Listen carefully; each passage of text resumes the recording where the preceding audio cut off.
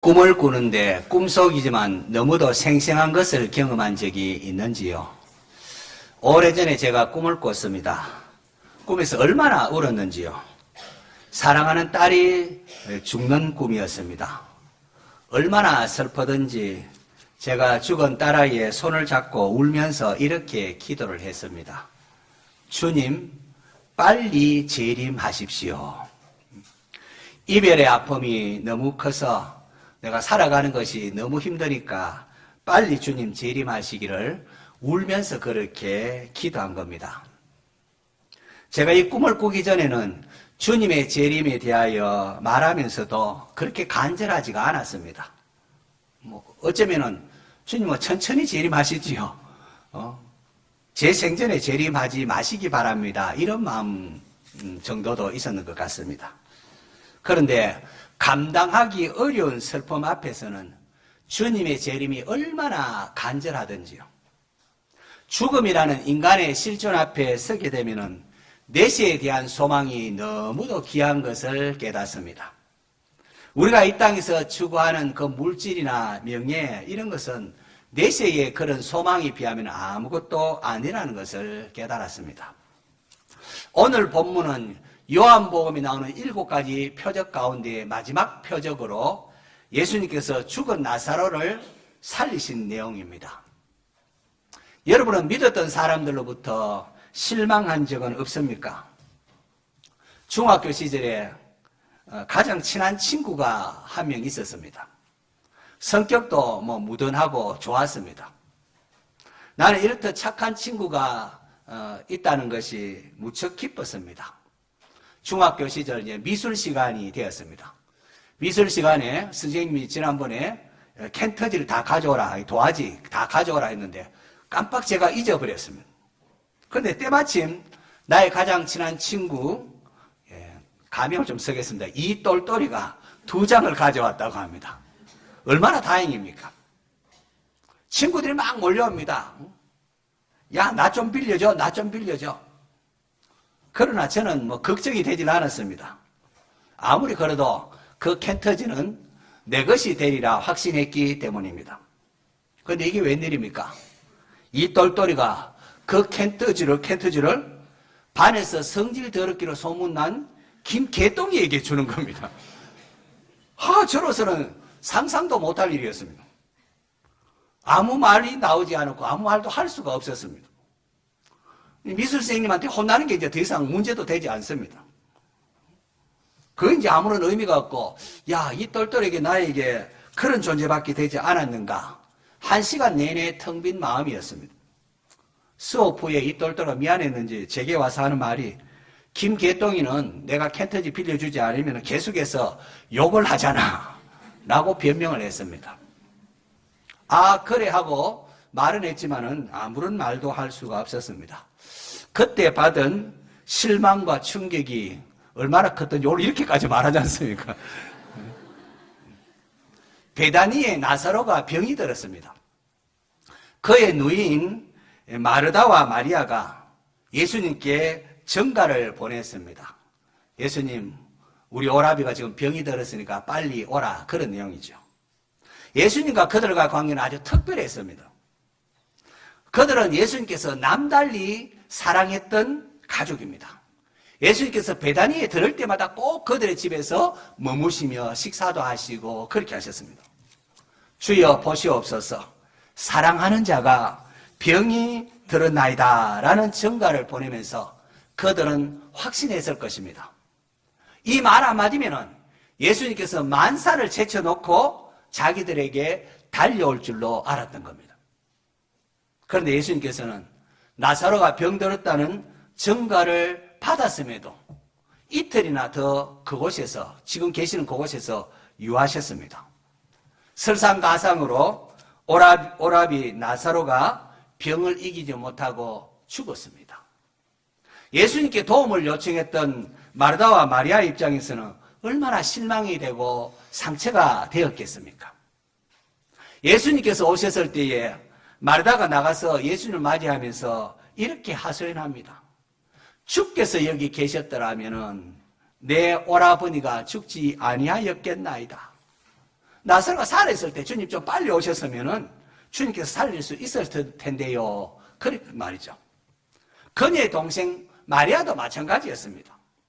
마르다가 동생 마리아에게 주님이 부르신다 하니까 달려갑니다. 마리아가 예수님께 나아가서 한 말도 통일합니다. 마리아는 주님의 발 앞에 엎드려서 엉엉 울면서 주께서 여기 계셨더라면 내 오라버니가 죽지 아니하였겠나이다. 오라버님이 살아계실 때 주님이 이곳에 오셨더라면 주님이시니까 능히 나사로의 병을 고칠 수 있었을 텐데 너무 늦었습니다 라고 하는 거죠. 이제 소용이 없다는 겁니다. 이것은 마르다와 마리아의 생각만이 아니라 예수님의 제자들도 마찬가지였습니다. 예수님께 제자들에게 우리 친구 나사로가 잠들었도다. 그러나 내가 깨우러 가노라고 합니다. 예수님께서 잠들었다 할 때는 죽은 것을 표현한 건데 제자들은 잠들었으면은 예수님이 가서 병을 고칠 수 있겠네요. 그렇게 말을 했습니다. 과연 주님은 병든 자는 고칠 수 있지만은 죽은 자는 어떻게 할 수 없는 것일까요? 예수님께서는 너무 늦게 도착한 것입니까? 오라버니의 죽음 앞에 마리아가 주님 발 앞에 엎드려서 엉엉 큰 소리로 웁니다. 함께 온 유대인들도 웁니다. 예수님께서 그들이 우는 장면을 보면서 심령의 비통이 여기시며 불쌍히 여기셨습니다. 유진 피터슨, 영성신학가로 알려진 유진 피터슨 목사님께서 마리아가 주님의 발 앞에 엎드렸다는 사실을 주목했습니다. 우리가 살아가다가 성도들이 주님께 섭섭하거나 속상한 일이 있을 때에 주님의 멱살을 잡을 것이 아니라 뭘 잡아야 된다요? 발을 잡고 엎드려서 울어야 된다고. 그것이 그래도 섭섭하더라도 주님을 주님으로 인정하는 것이다. 그렇게 했습니다. 여러분도 막 이해가 되지 않고 속상한 일이 있으면 어떻게 해요? 주님의 발을 잡고 발 앞에 엎드려서 우시기 바랍니다. 주님은 자신의 발 앞에 엎드려 우는 마리아에게 너무 불쌍히 여기서 나사로를 어디 두었느냐 물으십니다. 마리아가 와서 보시옵소서 할 때에 주님의 모습이 11장 35절에 기록되어 있는데 예수께서 눈물을 흘리시더라. 헬라어로 보면은 가장 짧은 단어. 예수님께서 우셨다. 눈물을 흘리셨다. 가장 짧은 단어입니다. 예수님께서 우셨다. 여러분 예수님이 우셨습니다. 이건 그분의 인성을 보여주는 겁니다. 성경이 예수님께서 공생애 하면서 우시는 장면 딱 3번을 소개합니다. 첫 번째가 오늘 본문의 베다니에서 나사로가 죽었을 때에 주님께서 우셨습니다. 원어인 헬라어에는 시제가 부정과거인데 이 부정과거는 왈칵 그냥 눈물을 터뜨리는 행동을 이렇게 의미한다고 볼 수 있습니다. 이 나사로의 죽음 앞에 예수님께서 그냥 왈칵 그냥 눈물을 흘리셨다는 겁니다. 저는 목사가 되어서 종종 장례식을 집례하면서 화장터가 있는 원주 추모공원에 자주 가지 않습니까? 이 사랑하는 시신이 화장터에 있는 화로에 들어갈 때면은 엄마, 아버지 하면서 부르짖으며 우는 자녀들도 있고 또 자식의 이름을 아무개야 하고 부르며 목 놓아 우는 부모가 있습니다. 그럴 때면 저도 그렇고 여러분도 그렇지 않습니까? 가슴이 뭉클하고 그냥 눈시울이 뜨거워집니다. 사랑하는 사람의 죽음의 아픔이 얼마나 큽니까? 사랑한 만큼 더 클 겁니다. 주님께서 나사로의 죽음 앞에 그렇게 왈칵 눈물을 쏟으셨습니다. 자, 두 번째로 예수님께서 이제 낙이 새끼를 타고 예루살렘에 입성하시지 않습니까? 예루살렘에 입성하셔서 제일 먼저 예루살렘 성전을 찾으신다. 예루살렘 성전을 바라보면서 주님께서 우셨습니다. 너도 오늘 평화에 가는 일을 알았더라면 좋을 뻔하였거니와 지금 내 눈에는 숨겨졌도다. 날이 이르리니 내 원수들이 토둔을 쌓고 너를 둘러 사면으로 가두고 너와 및 그 가운데 내 자식들을 땅에 메어치며 돌 하나도 돌 위에 남기지 아니하리니 이는 내가 보살핌을 받는 날을 알지 못함을 인함이니라. 주님은 자신을 거부하는 백성들이 당할 고난을 생각하면서 마음 아파하시면서 안타까워하시면서 엉엉 우셨습니다. 내가 너희를 품으려 한 적이 도대체 몇 번인데 너희들이 왜 이렇게 하느냐 하면서 엉엉 우셨습니다. 세 번째로는 십자가 지시기 전에 겟세마네 동산에서 주님께서 심한 통곡과 눈물로 간구를 했습니다. 자기를 죽음에서 능히 구원하실 이에게 심한 통곡과 눈물로 간구했다. 밤이었습니다. 겟세마네 동산 아래쪽에는 제자들이 피곤해져서 이렇게 누워 잠자는 모습이 있습니다. 그런데 저 위쪽에서 울음소리가 들려옵니다. 점차 그 소리가 커지더니만은 처절한 통곡 소리로 변합니다. 예수님의 처절한 눈물의 기도였습니다. 무슨 일이 있었길래, 무슨 일이기에 예수님이 그렇게 처절한 기도를 하면서 울부짖은 것일까요? 예수님은 울 이유가 없는 분이십니다. 그런데 이 예수님의 울음은 갈보리 언덕에 세워진 십자가 위에서 확연히 드러납니다. 주님의 몸과 살이 찢어지면서 온몸이 피로 얼룩집니다. 머리에는 가시관, 손에는 굵은 못, 옆구리에는 창으로 찔림을 당하셨습니다. 겟세마네 동산의 그 기도는 연약한 우리의 질고를 대신 담당하기 위한 주님의 몸부림이었습니다. 그는 실로 우리의 질고를 지고 우리의 슬픔을 당하셨습니다. 나사로의 죽음 앞에 예수님께서 눈물을 흘리시더라. 주님은 아무런 감정이 없는 그런 분이 아니십니다. 주님은 하나님이니까 아무런 감정도 없고 그러냐? 그게 아닙니다. 주님은 슬픔을 나누시며 안타까워하며 우시며 또 간절히 간구도 하시는 분이십니다. 우리가 잘못할 때 주님이 안타까워하십니다. 예수님께서 눈물을 흘리자 유대인들이 봐라, 그를 얼마나 사랑하셨는가. 그런데 그 중에는 맹인의 눈을 뜨게 한 이 사람이 그 사람은 죽지 않게 할 수 없었더냐라고 했습니다. 지금껏 예수님께서 많은 병자를 고치는 이적을 베푸셨습니다. 요한복음에만 해도 왕의 신하의 아들의 죽을 병을 고쳐주셨습니다.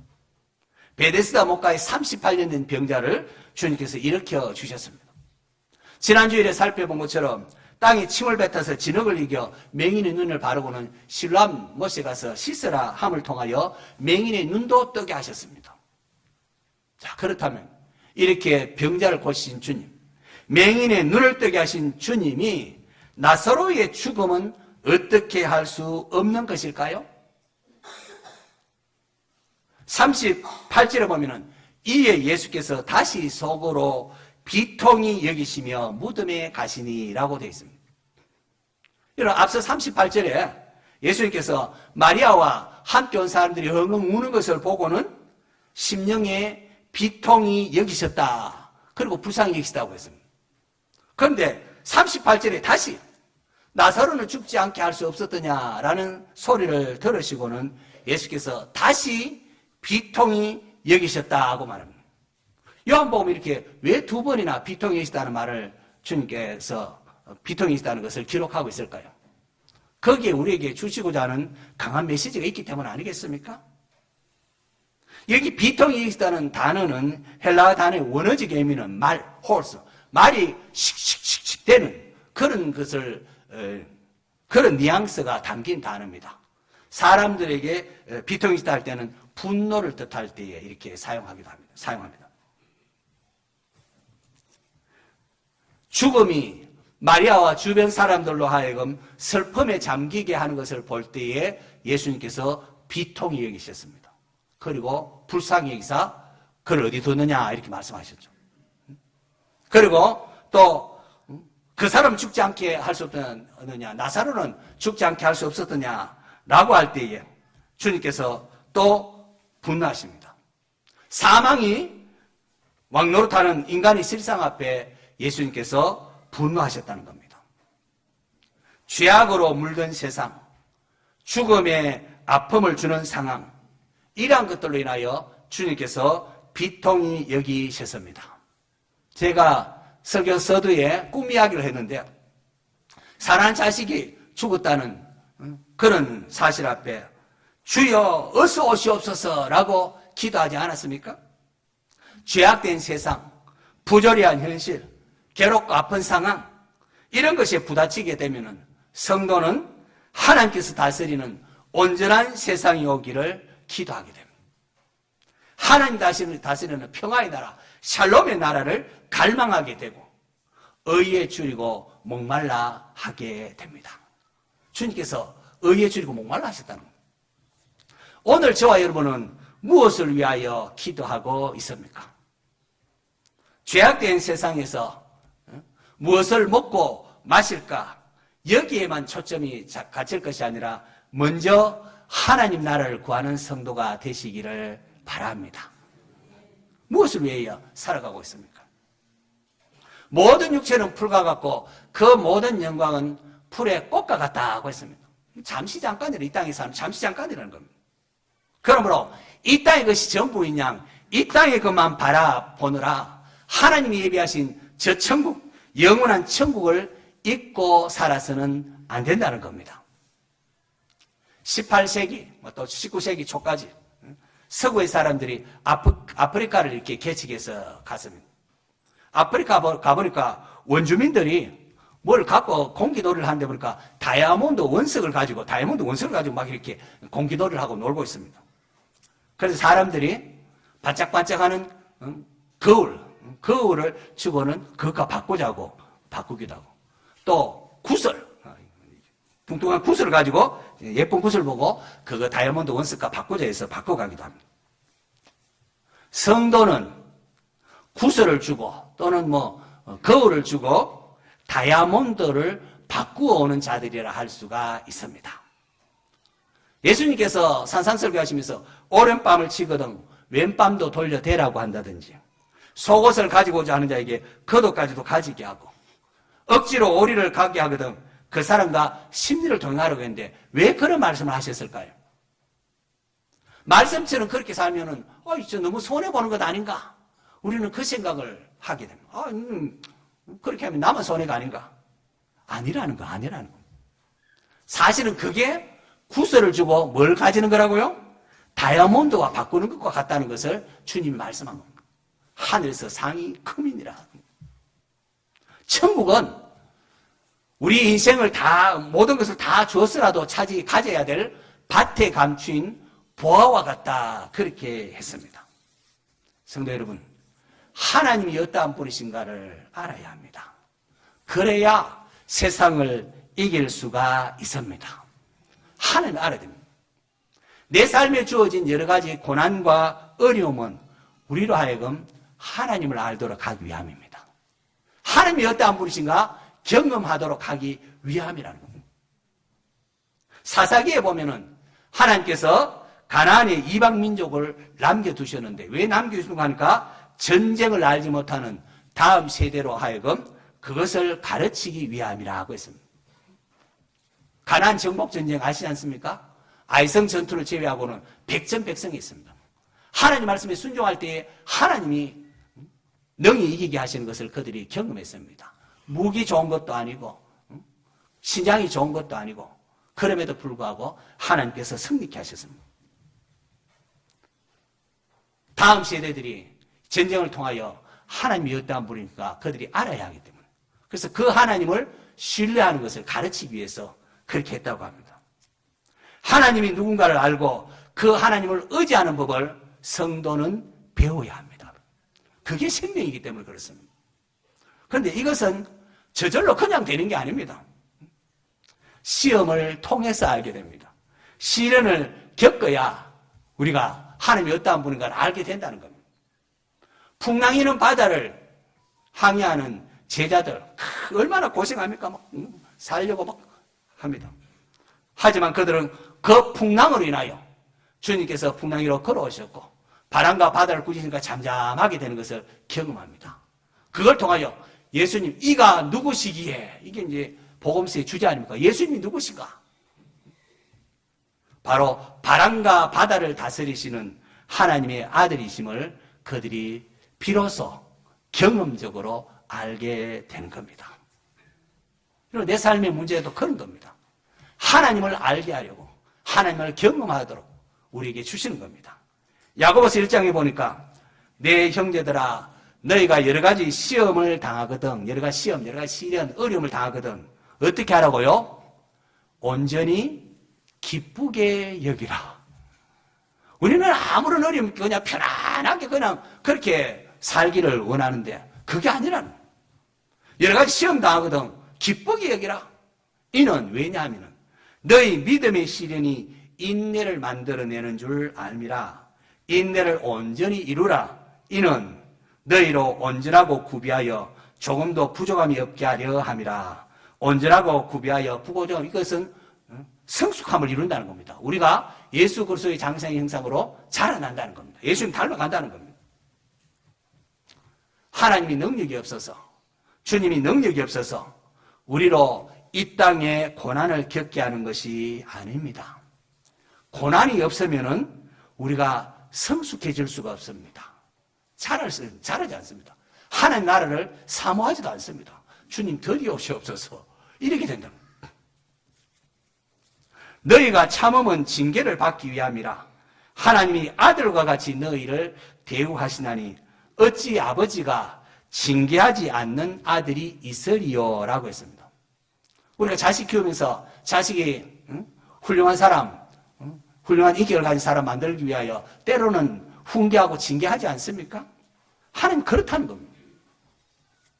하나님의 자녀는 예수 믿고 하나님의 자녀가 되면은 예수님을 믿음으로 말하면 예수님 이름으로 하나님께 마음껏 기도할 수 있고 하나님부터 여러 가지 것을 필요한 것들을 받을 수가 있습니다.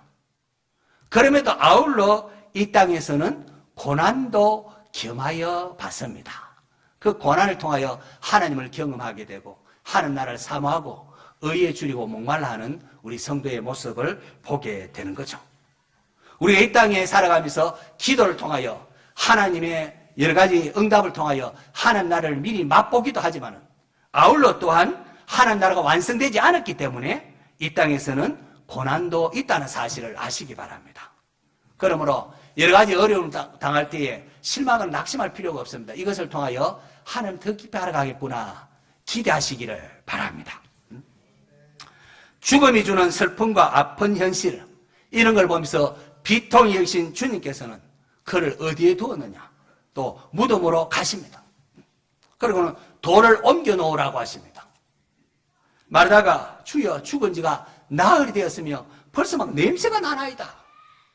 완전히 죽어서 그냥 그렇다는 거예요. 희망이 없을 정도로 완전히 죽었다는 거예요. 주님은 내 말이 내가 믿으면 하나님의 영광을 보리라 하지 아니하였느냐? 라고 하시고 돌을 옮겨놓게 하십니다. 돌을 옮겨놓자 예수님께서 눈을 우러러 하나님께 감사하고는 큰 소리로 나사로야 나오라 하십니다. 그러자 죽었던 나사로가 수족을 배로 동인 채로 걸어 나왔습니다. 할렐루야. 주님은 맹인의 눈만 뜨게 하는 것이 아니라 능히 죽은 나사로도 살리시는 하나님의 아들이십니다. 이 놀라운 표적을 보십시오. 여러분, 이 사건을 통하여 성경이 우리에게 무엇을 말하고 있습니까? 예수님께서 일찍만 왔더라면 나사로가 죽지 않았을 것을, 이게 한결같은 사람들의 마음이었습니다. 제자들도 그렇게 생각했고 마리아도 마찬가지였습니다. 그런데 예수님 일찍 오시면 될 때 예수님 너무 늦게 왔다는 건 아닙니까? 너무 늦게 와서 나사로가 죽고 말았다고 실망을 하고 좌절을 합니다. 이제 상황이 끝나버렸다는 겁니다. 죽기 전에는 조금 희망이 있었는데 죽어버렸으니까 더 이상 희망이 없다는 거지요. 그러나 오늘 본문은 그렇지 않다는 겁니다. 우리 예수님께는 늦는 법이 없다는 겁니다. 믿습니까? 어떤 상황 속에서 이제 끝났다, 늦었다 이런 법이 없습니다. 우리 주님께는. 주님은 죽은 나사로도 다시 살리심을 통하여 이걸 분명하게 보여주셨습니다. 나사로가 살아나는 이 기적은 요한복음에 나오는 7가지 표적 가운데 마지막 하이라이트로 사망 권세를 깨고 승리하신 주님을 우리에게 보여주십니다. 그 어떤 상황 속에도 낙심하지 말아라, 실망하지 말아라, 좌절하지 말아라. 성도 여러분, 살아가면서 가장 슬픈 것이 사랑하는 이의 죽음의 이별 아닐까요? 사랑하는 가족을 먼저 보낸 교우들이 있습니다. 때로 너무 보고 싶고 그리울 것입니다. 자, 이럴 때 이제 저와 여러분은 무엇을 기도해야 할까요? 무엇을 위해서 남은 생에 살아야 할까요? 아멘 주 예수여 어서 오시옵소서. 하나님 나라를 갈망하고 하나님 나라를 위한 삶을 사시기를 바랍니다. 세상의 부귀영화보다도 주님, 하나님, 바로 그분을 갈망할 수 있기를 바랍니다. 하나님께서는 우리가 이 땅이 전부인 것처럼 이 땅의 부귀영화를 쫓아 살 것이 아니라 의에 줄이고 목마른 자가 되기를 원하십니다. 그래서 하나님 나라를 위하여 기도하고 하나님 나라를 위하여 살아가기를 원하십니다. 예수님은 사망 권세를 이기신 분이십니다. 하나님이 힘이 없어서 내 사랑하는 사람을 죽음에 처하도록 한 게 아닙니다. 하나님이 힘이 없어서 지금 내 삶에 여러 가지 어려움을 두신 것이 아닙니다. 하나님이 원하시면 지금이라도 능히 죽은 자를 일으키시는 분이십니다. 그러나 하나님께서는 지금은 그렇게 하지 않으시지요. 만약 그런 일이 자꾸 일어난다면 장사지대지도 못하고 난리법석 피울 것 아니겠습니까? 우리 사회가 어떻게 되겠습니까? 그렇게 우리는 이 땅에서 이별의 아픔은 겪습니다. 예수님도 우셨습니다. 그럼에도 주님께서 표적으로 우리에게 보여주십니다. 죽은 나사로를 살리시는 이 표적을 통하여 흔들리지 않고 담대하라고 말씀을 하십니다. 부활의 능력을 가진 주님은 지금도 우리와 함께하고 계십니다. 주님 우리가 천국 갈 때만 필요하고 지금은 필요하지 않는 게 아니라 지금도 여기 우리와 함께 하신다는 겁니다. 늦지 않다는 겁니다. 예수님께서 마르다에게 나는 부활이요 생명이니 나를 믿는 자는 죽어도 살겠고, 이게 육체가 죽어도 다시 살아나는 부활신앙 아니면 죽어도 살겠고, 무릇 살아서 나를 믿는 자는 영원히 죽지 아니하리라. 지금 이 땅에서도 하나님의 능력으로 생명력 있는 삶을 살 수 있다는 겁니다. 지금이라도 주님을 믿고 행하면은 하나님의 영광을 볼 수 있습니다. 하나님 우리를 도우시는 것을 경험할 수 있다는 겁니다. 그러므로 그 어떤 상황 속에 있다 할지라도 이제는 끝났다 낙심하거나 좌절하지 말라는 것이죠. 우리 주님은 사망 권세를 이기신 분이십니다. 그 사랑의 하나님이 우리와 함께 하십니다. 그러므로 우리의 삶을 새롭게 정립하시기를 바랍니다. 부활의 소망과 의에 줄이고 목마른 기도를 하는 성도가 되십시오. 세상에 썩어질 그런 이 땅의 부귀영화만을 위하여 살아갈 것이 아니라 정말로 하나님 나라를 위하여 기도하고 하나님의 영광을 위하여 살아가는 복된 성도 될 수 있기를 축원합니다.